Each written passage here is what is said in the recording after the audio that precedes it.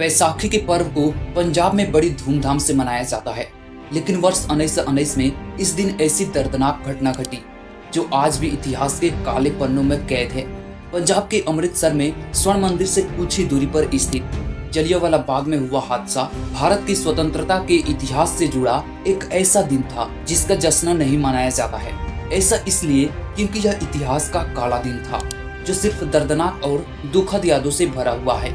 Rowlatt act के खिलाफ शांतिपूर्ण विरोध में भाग लेने के लिए हजारों की संख्या में लोग उस दिन जलियांवाला बाग में इकट्ठे हुए थे। तभी एक अंग्रेजी अफसर जनरल डायर के आदेश पर जलियांवाला बाग में निहत्थे मासूमों पर गोलियों की बरसात हुई। आखिर जलियांवाला बाग हत्याकांड के पीछे का कारण क्या था और क्यों निहत्थे मासूमों पर जनरल डायर ने गोली चलाने का आदेश दिया? आइए जानते हैं आज की इस वीडियो में पूरी सच्चाई। जलियांवाला बाग हत्याकांड 13 अप्रैल 1919 को अमृतसर पंजाब में हुआ एक भीषण नरसंहार था। उस दिन बैसाखी का पर्व था और जलियांवाला बाग में हजारों लोग इकट्ठे हुए थे, जिसमें महिला, बच्चे और बुजुर्ग शामिल थे। ये सभी लोग शांतिपूर्ण सभा के लिए इकट्ठे हुए थे। ब्रिटिश शासन के दौरान उस समय रोलट एक्ट का एक नियम लागू हुआ था। रोलट एक्ट 1919 में लागू हुआ था, जो एक अत्याचारी कानून था जो सभी भारतीय के मौलिक अधिकारों का उल्लंघन करता था। इस एक्ट ने ब्रिटिश सरकार को यह अधिकार दिया कि वे बिना किसी मुकदमे के किसी भी भारतीय को गिरफ्तार कर सकते हैं और बिना किसी कानूनी प्रक्रिया के जेल में डाल सकते हैं। इस कानून के खिलाफ पूरे भारत में विरोध आंदोलन की लहर दौड़ पड़ी। 13 अप्रैल 1919 को जलियांवाला बाग में एक शांतिपूर्ण सभा का आयोजन किया गया था, जिसमें लोग रोलट एक्ट और ब्रिटिश शासन के खिलाफ अपना विरोध दर्ज करने के लिए इकट्ठा हुए थे। जनरल डायर, जो उस समय अमृतसर का सैन्य कमांडर था, उसने जलियांवाला बाग पहुंचकर बाग को चारों ओर से घेर लिया और बिना किसी चेतावनी दिए गोली चलाने का आदेश दिया।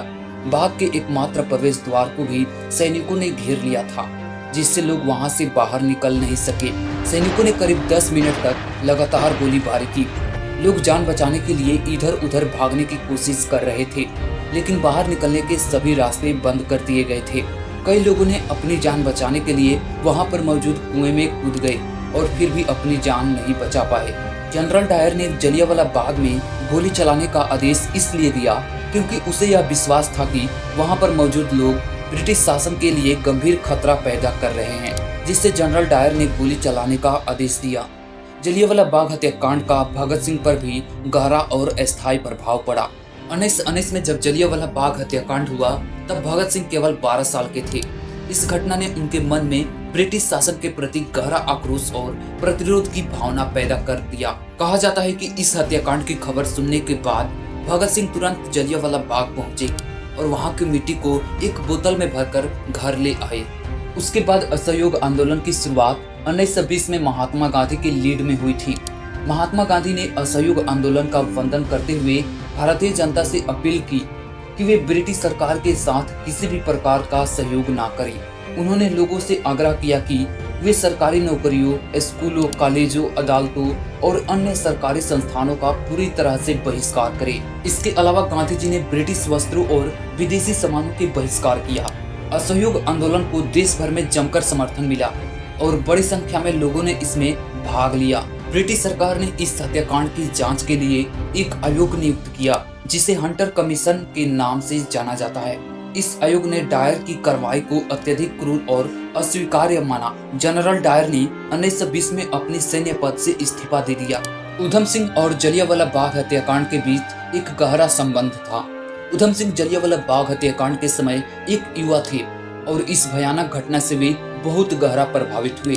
उधम सिंह ने भारत और विदेश में रहकर अपनी योजना को अंजाम देने के लिए तैयारी की। उन्होंने एक पिस्तौल खरीदी और 13 मार्च 1940 को उधम सिंह ने लंदन के कैक्सटन हॉल में एक बैठक के दौरान डायर की गोली मारकर हत्या कर दी। डायर की हत्या के तुरंत बाद उधम सिंह को गिरफ्तार कर लिया गया।